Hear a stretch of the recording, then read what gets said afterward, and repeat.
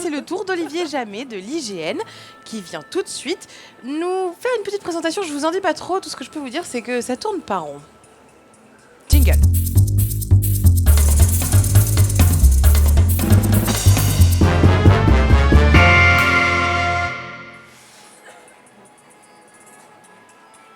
Depuis Copernic, on nous raconte que la Terre tourne autour du Soleil. Est-ce que c'est la vérité? Qui dit oui? C'est bien, il y en a qui sont cultivés.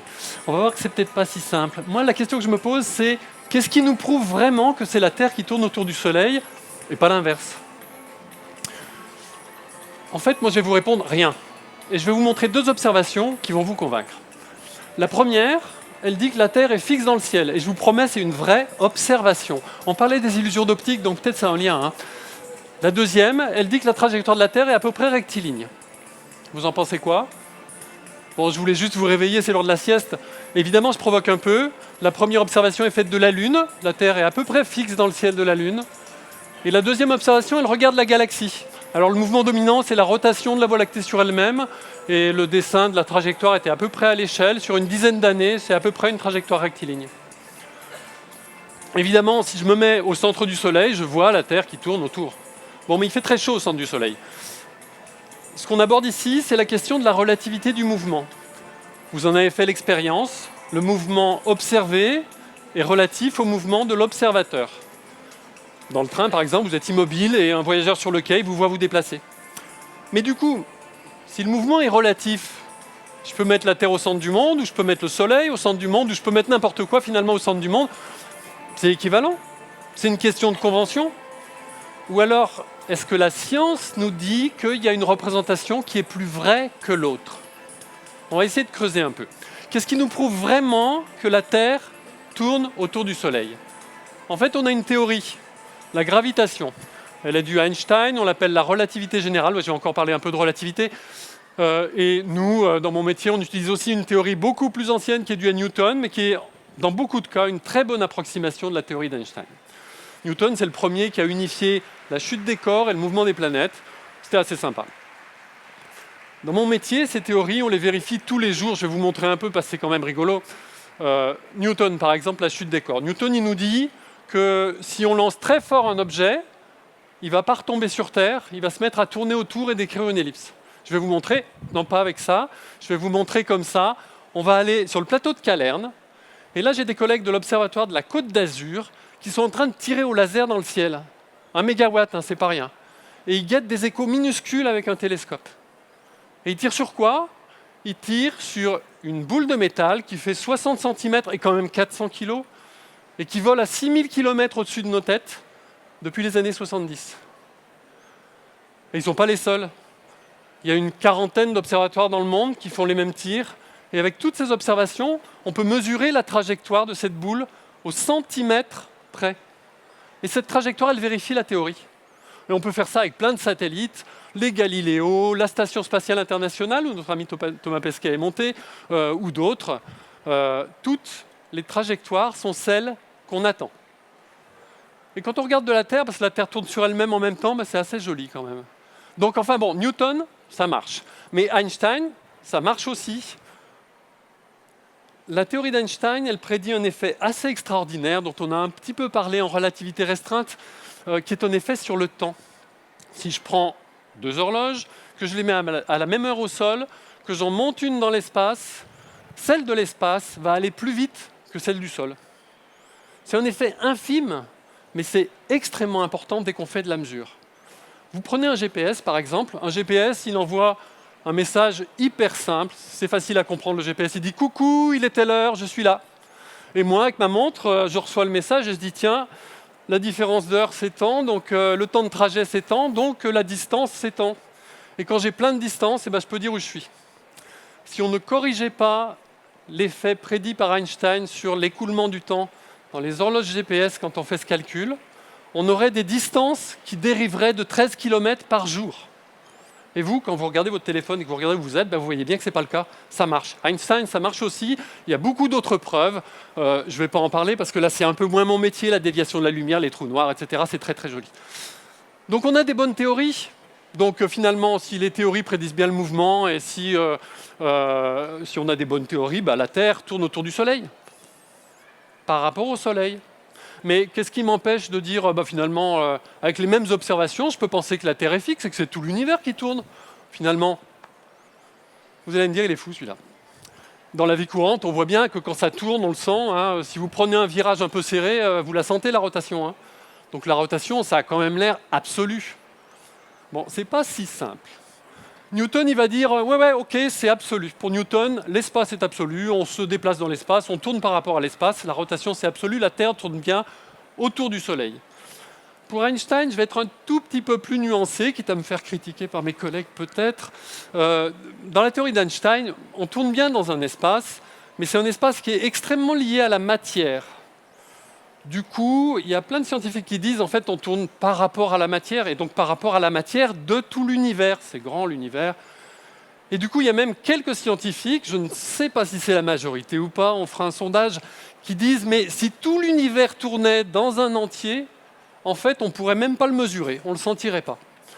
Si on pense ça, ça veut dire qu'on peut très bien imaginer que la Terre soit fixe et que ça soit l'univers qui tourne. Si tout tourne et qu'on ne le sent pas, après tout, on ne peut pas le prouver. La photo qui apparaît là-dessous, c'est celle d'Ernst Mach. C'est un physicien du 19e qui avait proposé un principe de relativité de ce type-là. Pour lui, la rotation est relative. On ne peut pas affirmer si la Terre tourne autour du Soleil ou l'inverse, ou qui tourne dans l'univers. Son principe, il a beaucoup inspiré Einstein, mais il n'est pas démontré. Donc pour l'instant, on s'en tient aux théories établies. La Terre tourne bien autour du Soleil, le Soleil tourne bien autour du centre de la galaxie. Mais peut-être que demain, on dira autre chose. La science aussi, c'est relatif. Et c'est relatif à l'état des connaissances. Oh, dis donc, Olivier. Ça fait tourner la tête, tout ça. Ah Venez par ouais, ça ici, vous tourne, allez hein. tomber. Non, d'accord, ok, attention. Je vous invite Je à rejoindre prends le bar ça de la quand même. science. Je garde les télécommandes. Jamais. Bravo. Merci. Bel exercice, ça aussi. Hein. Félicitations. Installez-vous, on a aussi quelques questions à vous poser. Donc je rappelle que vous êtes directeur du LAREG, c'est le laboratoire de recherche en géodésie à l'IGN, l'Institut national de l'information géographique et forestière. Ça a été rajouté. La géodésie, c'est la science de quoi, de la forme de la Terre et des dimensions de la Terre. On pourra le résumer Oui, comme grosso ça. modo, la géodésie, c'est la mesure de la Terre. Ça vient d'un mot grec.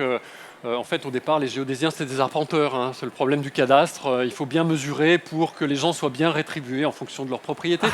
Mais maintenant, on en est passé à une autre échelle et on mesure la Terre dans son entier. On en parlera tout à l'heure. Oui, on va en parler. Et puis justement, il y a une application concrète, c'est quand même de pouvoir positionner aussi des satellites, de les faire se Absolument. repérer par rapport à la Terre. Alors, on va continuer parce que c'est très intéressant. Hein, vous êtes parfaitement complémentaires. On avait commencé avec la relativité restreinte. Voilà, on avait commencé par expliquer dans la relativité restreinte que la vitesse se dilatait. Okay, et là, vous nous avez rajouté quelque chose qui nous intéresse aussi beaucoup, c'est l'histoire de la gravité terrestre qui se rajoute en plus là-dessus. Oui. Alors c'est quand même drôlement compliqué. Alors si on imagine par exemple un satellite GPS que vous envoyez, il est à quelle altitude ? Il est à 20 000 km à peu près, donc ça fait 3 fois l'horizon terrestre. Quoi, à peu près, hein. Il va à quelle vitesse ? Et il va à une vitesse de l'ordre de 2 km/s.